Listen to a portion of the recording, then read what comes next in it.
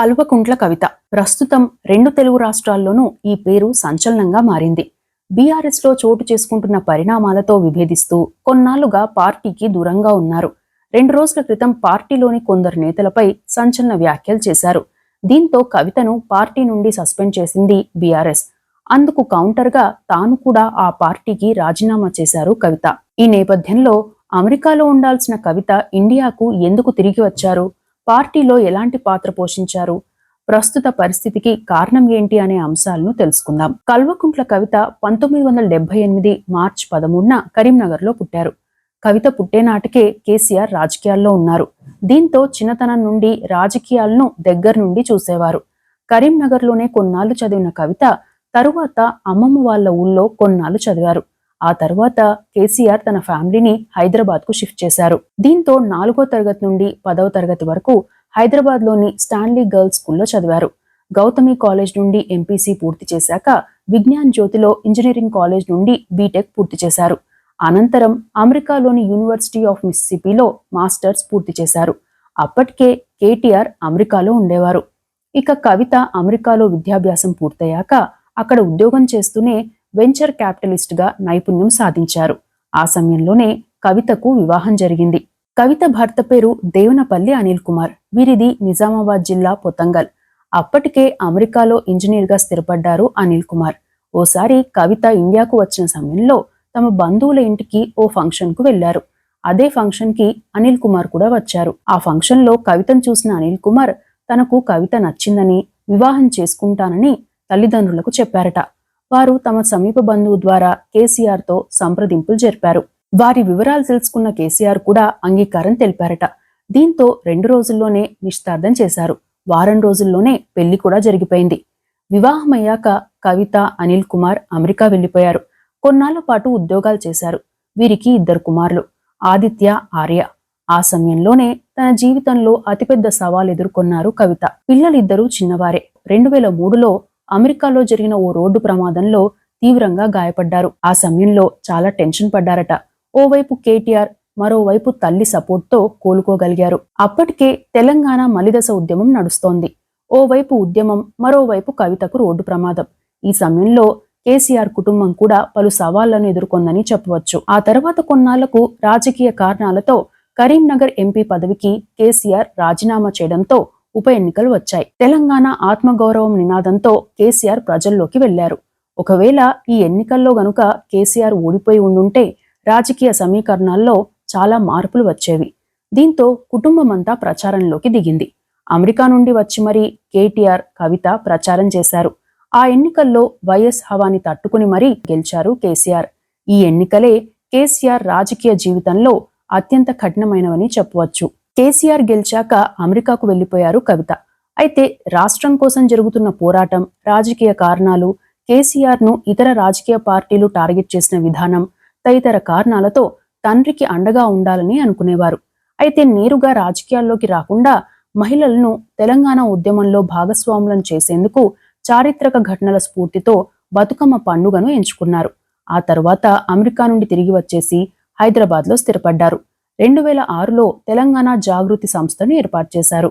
తెలంగాణ సంస్కృతి సంప్రదాయాల పరిరక్షణ, చరిత్ర పరిరక్షణ, యువతకు ఉపాధి, ఉద్యోగ అవకాశాల సాధనతో పాటు ఉద్యమంలో యువతను, మహిళలను భాగస్వాములను చేయడం లక్ష్యంగా ఈ సంస్థను ఏర్పాటు చేశారు. 2007 నుండి ఈ సంస్థ కార్యకలాపాలను ముమ్మరం చేసింది. కేసీఆర్ కుమార్తెగా కవితకు ఎంత పేరుందో తెలంగాణ జాగృతి అధ్యక్షురాలిగా అంతే పేరు ప్రఖ్యాతలు సాధించారు. ముందు కవిత అమెరికా నుండి వచ్చేగా పిల్లల స్టడీస్ కోసం ఆ అకాడమిక్ ఇయర్ అయ్యే వరకు అనిల్ కుమార్ అక్కడే ఉన్నారు. ఆ తర్వాత ఆయన కూడా హైదరాబాద్కు వచ్చేశారు. అయితే ఇక్కడికి వచ్చాక అనిల్ కుమార్కు ఏం చేయాలో అర్థం కాలేదు. రాజకీయాలపై ఆసక్తి లేదు. దీంతో తనకు అనుభవం లేకపోయినా కవితకు వెంచర్ క్యాపిటలిస్ట్ గా ఉన్న అనుభవంతో కొంత అవగాహన పెంచుకున్నారు. ఆ తర్వాత రియల్ ఎస్టేట్ వ్యాపారం మొదలుపెట్టారు. కవిత తండ్రితో కలిసి ఉద్యమాలు చేస్తున్న సమయంలో కుటుంబ బాధ్యతలు తీసుకున్నారు అనిల్ కుమార్. ఈ అంశంపై కవిత ఓ ఇంటర్వ్యూలో మాట్లాడుతూ, తాము అమెరికాలో ఉన్నా తాను, అనిల్ ఇంటి పనుల విషయంలో పరస్పరం సహకరించుకునేవారిమని, తాను ఉద్యమాల్లోకి వచ్చాక కుటుంబ బాధ్యతలను అనిల్ మరింత మోసారని చెప్పారు. కవిత ఉద్యమ పోరాటం, రాజకీయ పోరాటంలోని కొన్ని అంశాలను పరిశీలిస్తే శాతవాహనుల తొలి రాజధాని కోటిలింగాల కోట పరిరక్షణ కోసం తొలి ఆందోళన చేపట్టారు. బతుకమ్మ ఉత్సవాలను ఆయుధంగా మార్చారు. 2008 నవంబర్లో నల్గొండ జిల్లా చందుపట్లలో బయటపడ్డ రాణి రుద్రమ మరణ శాసనాన్ని పరిరక్షించేందుకు జాగృతి తరపున పోరాటం చేశారు. తెల్లాపూర్ శాసన పరిరక్షణకు కూడా కృషి చేశారు. నిరుద్యోగులకు కానిస్టేబుల్ పరీక్షల కోసం ఉచిత కోచింగ్ ఇప్పించారు. పాలమూరు కూలీల హక్కుల పరిరక్షణ విషయంలో లేబర్ కమిషన్తోనూ పోరాటం చేశారు. 2009 సెప్టెంబర్లో 10 జిల్లాలతో పాటు దుబాయ్లో ఉత్సవాలు నిర్వహించారు. ఇతర దేశాల్లో ఉన్న వారితోనూ పలు సమావేశాలను నిర్వహించారు. ఫ్రీ జోన్కు వ్యతిరేకంగా సిద్దిపేటలో భారీ సమావేశం నిర్వహించారు. ఇక ఉద్యమాల సమయంలో కేసీఆర్ ఆరోగ్యం విషయంలో చాలాసార్లు టెన్షన్ పడ్డారని చెబుతారు. 2009 నవంబర్లో దీక్షకు వెళ్తున్న కేసీఆర్ ను అలగనూరు చౌరస్తాలో అరెస్ట్ చేసిన సమయంలో కవిత చేపట్టిన ఆందోళన తీవ్ర రూపం దాల్చింది. తన తండ్రిని అరెస్ట్ చేయడం, అణచివేత చర్యల పట్ల ఉద్వేగానికి గురయ్యారు. జాగృతి ద్వారా యువతను ఉద్యమంలో భాగస్వాములను చేశారు. కేసీఆర్ అరెస్టుపై ఉస్మానియా, కాకతీయ యూనివర్సిటీల్లో ఆందోళనలు తీవ్ర రూపం దాల్చాయి. ఇక కేసీఆర్ ను ఖమ్మం ఆసుపత్రి నుండి నిమ్స్ కు తరలించాక జరిగిన పరిణామాల నేపథ్యంలో కవిత మరింత తెగువ చూపించారు. తెలంగాణ బందులు, వంటావార్పు, రైల్ రోకో లాంటి కార్యక్రమాలను నిర్వహించారు. 2009లో అదుర్ సినిమా యూనిట్ కు వ్యతిరేకంగా పోరాడారు. తెలంగాణ ఏర్పాటుకు 2010 ఏప్రిల్లో జాగృతి తరపున శ్రీకృష్ణ కమిటీకి ప్రత్యేక నివేదికను ఇచ్చారు. 2010 అక్టోబర్లో కోటి బతుకమ్మల కార్యక్రమాన్ని నిర్వహించారు. 2011లో రైల్ రోకోలోనూ పాల్గొన్నారు. నల్లమలలో డీబీర్ సంస్థ వజ్రాల తవ్వకాలకు ప్రయత్నాలు చేయగా పోరాటం ద్వారా ఆ ప్రయత్నాలను అడ్డుకున్నారు. అలా తెలంగాణ ఏర్పాటుతో పాటు ప్రజా సమస్యలపైన పోరాటం చేశారు. ఇక తెలంగాణ ఏర్పాటు తర్వాత 2014లో నిజామాబాద్ ఎంపీ అభ్యర్థిగా పోటీ చేసి 1.64 లక్షల మెజార్టీతో గెలుపొందారు. ఆ ఎన్నికల్లో నిజామాబాద్ లోక్సభ స్థానానికి ప్రత్యేక మేనిఫెస్టో రూపొందించారు. నిజామాబాద్, బోధన్, ఆర్మూర్తో పాటు లోక్సభ పరిధిలో ఇంటింటికి తాగునీరు, దశాబ్దాలుగా పెండింగ్లో ఉన్న నిజామాబాద్ పెద్దపల్లి రైల్వే లైన్ పూర్తి, బోధన్ నిజాం షుగర్ ఫ్యాక్టరీని తెరిపించడం, పసుపు పంటకు గిట్టుబాటు ధర కల్పించడంతో పాటు పసుపు బోర్డు ఏర్పాటుకు కృషి చేస్తామని హామీలిచ్చారు. ఎంపీగా గెలిచాక పలు సమస్యలపై తన గళాన్ని వినిపించారు. ఉత్తమ ఎంపీగా అవార్డును అందుకున్నారు. పలు కమిటీలకు సభ్యురాలిగా వ్యవహరించారు. అమరవీరుల కుటుంబాలకు ఆర్థిక సాయం విషయంలో రాష్ట్ర ప్రభుత్వంపై ఒత్తిడి తెచ్చారు. అయితే మిగతా హామీలు నెరవేర్చినా నిజాం షుగర్స్, పసుపు బోర్డు విషయంలో సక్సెస్ కాలేకపోయారు. 2019 ఎన్నికల్లో బీజేపీ అభ్యర్థి ధర్మపురి అరవింద్ చేతిలో 70,000 ఓట్ల తేడాతో ఓడిపోయారు.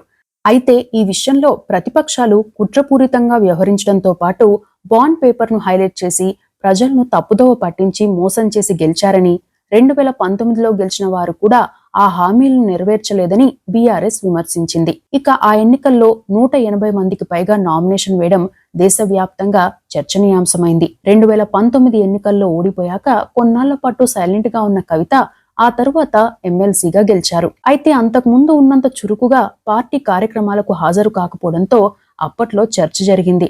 ఇక 2023 ఎన్నికల్లో టీఆర్ఎస్ ఓడిపోవడంతో అధికారం కోల్పోయింది. ఆ తరువాత 2024 మార్చి 15న కవిత లిక్కర్ స్కామ్ లో అరెస్ట్ అయి తీహార్ జైల్లో ఉన్నారు.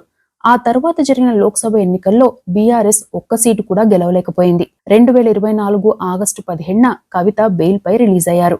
లిక్కర్ స్కామ్ కవిత రాజకీయ జీవితంతో పాటు బీఆర్ఎస్ పైన ప్రభావం చూపించింది.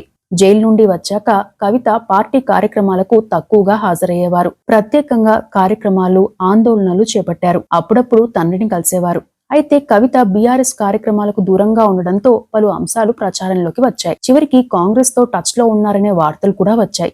వాటిని ఖండించారు కవిత. తరువాత కొన్నాళ్లకు పార్టీలో జరుగుతున్న పరిణామాలపై కేసీఆర్ కు రాసిన లేఖ బయటకు వచ్చింది. ఆ ఘటన తరువాత అమెరికా నుండి వచ్చిన కవిత కేసీఆర్ చుట్టూనే దెయ్యాలున్నాయని సంచలన ప్రకటన చేశారు. దీంతో బీఆర్ఎస్ పార్టీతో పాటు కేసీఆర్ కుటుంబంలో ఉన్న మనస్పర్ధలు బయటకు తెలిసాయి. అప్పటి నుండి బీఆర్ఎస్ కు పూర్తిగా దూరంగా ఉన్నారు. ఇక తెలంగాణ బొగ్గుగని కార్మిక సంఘ అధ్యక్షురాలి పదవి నుండి కవితను తొలగిస్తూ బీఆర్ఎస్ నిర్ణయం తీసుకుంది. తాజాగా కాళేశ్వరం స్కామ్ పై సిబిఐ ఎంక్వైరీకి రేవంత్ సర్కార్ సిద్ధం కావడంతో కవిత సంచలన వ్యాఖ్యలు చేశారు. తన తండ్రిపై ఆరోపణలు వచ్చేందుకు హరీష్ కారణమని చెప్పారు. ఆ తర్వాత పార్టీ నుండి సస్పెండ్ అయ్యారు. ఇందుకు కౌంటర్ గా ప్రెస్ మీట్ పెట్టిన కవిత పార్టీకి ఎమ్మెల్సీ పదవికి రాజీనామా చేశారు. అంతేకాకుండా పార్టీని లాక్కునేందుకు కుట్ర జరుగుతుందని, హరీష్, సంతోష్లు కుట్ర చేస్తున్నారని, తండ్రికి డబ్బుపై వ్యామోహం లేదని చెప్పారు. ప్రస్తుతం ఈ వ్యాఖ్యలు సంచలనం రేపుతున్నాయి. రానున్న కాలంలో కవిత రాజకీయ పయనం ఎటువైపు అనే అంశంపై పలు కోణాల్లో చర్చ కూడా జరుగుతోంది. అయితే అంతకుముందు కవిత ఇచ్చిన ఇంటర్వ్యూలను పరిశీలిస్తే కేటీఆర్తో కవితకు ఉండే అనుబంధం విషయానికి వస్తే పలుమార్లు సరదాగా పలు వ్యాఖ్యలు చేశారు. ఈ విషయాలు ఆమె మాటల్లోనే తెలుసుకుందాం. నా అన్న ఎప్పుడూ ప్రత్యేకంగా ఏదీ ఇచ్చేవారు కాదు. వదిన శైలిమ చాలా మంచిది. పండుగలకు గిఫ్ట్లు ఇస్తుంది. ఆడపిల్లకు అన్నయ్య ఉంటే చిన్నతనంలో ఏ తప్పు చేసినా అన్నయ్య మీద తోసేయవచ్చు. ముందుగా అన్నయ్యకు ఎలాంటి విషయమైనా చెప్పి అన్నయ్యలో వచ్చే రియాక్షన్ చూసి తల్లిదండ్రులకు చెప్పవచ్చు అని అన్నారు. ఇక ఓసారి రాఖీ పండుగ సందర్భంగా చెల్లెలు అన్నయ్యకు హెల్మెట్ గిఫ్ట్ గా ఇచ్చే సెంటిమెంట్ తో వచ్చిన షార్ట్ ఫిల్మ్ ను ప్రమోట్ చేశారు. రోడ్డు ప్రమాదాలు జరిగిన సమయంలో హెల్మెట్ ఉంటే 20% ప్రాణాలు కాపాడవచ్చని చెబుతూ ఈ షార్ట్ ఫిల్మ్ చేశారు. కేటీఆర్ బర్త్డే రోజున ఈ ప్రచారాన్ని మొదలుపెట్టారు. దేశవ్యాప్తంగా ఈ ప్రచారానికి ప్రాచుర్యం లభించడంతో పాటు కంపెనీలు కూడా ఉచిత హెల్మెట్లు ఇవ్వడానికి ముందుకు వచ్చాయి. పోలీసులు, స్వచ్ఛంద సంస్థలు కూడా ముందుకు వచ్చాయి. అన్నా చెల్లెళ్ల అనుబంధంతో పాటు భద్రతకు సంబంధించిన అంశం కావడంతో కవిత చేపట్టిన కార్యక్రమానికి ప్రాచుర్యం లభించింది. మరో ఇంటర్వ్యూలో మాట్లాడుతూ ఉద్యోగాలు చేసే మహిళల ఇబ్బందులు తనకు తెలుసునని, అయితే పురుషులు ఇళ్లల్లోని బాధ్యతలను మరింత పంచుకుంటే మహిళలకు ఒత్తిడి తగ్గుతుందని అన్నారు. ఇక తన పిల్లలతో కేసీఆర్ కున్న అనుబంధంపై మాట్లాడుతూ, నా చిన్నతనంలో ఓ రోజు స్కూల్కి లేట్ అయిందని నాన్న ఎమ్మెల్యే కావడంతో ఆయన కారులో నన్ను స్కూల్లో దింపాలని అడిగాను. నాన్న సీరియస్ అయ్యారు. అంతేకాకుండా ఎందుకు లేట్గా వెళ్తున్నావు, నేను దింపను, నువ్వు బస్లోనే వెళ్ళు అని చెప్పి వెళ్ళిపోయారు.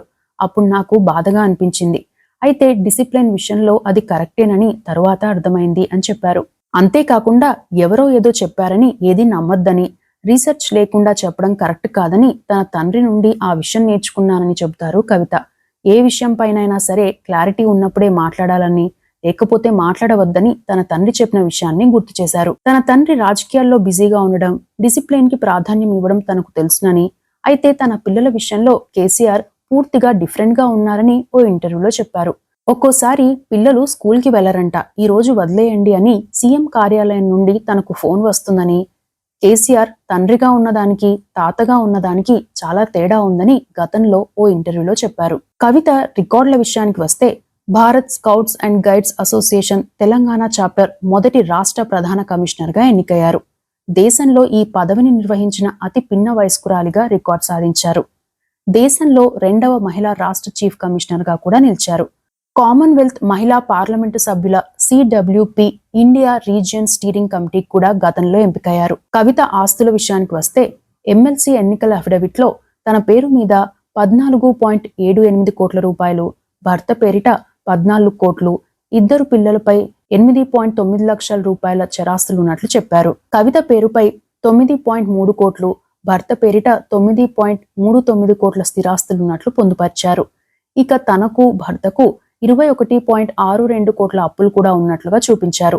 తెలంగాణ ఉద్యమ సమయంలో తనపై 2 కేసులు నమోదైనట్లు కవిత పేర్కొన్నారు. మొత్తం మీద కవిత వ్యక్తిగత జీవితం ఎలా ఉన్నా రాజకీయాల్లో మాత్రం ఒడిదుడుకులు ఎదుర్కొన్నారు. మరి రానున్న కాలంలో కవిత ఎలాంటి నిర్ణయం తీసుకుంటారో చూడాలి. ఇవి కల్వకుంట్ల కవితకు సంబంధించిన అంశాలు.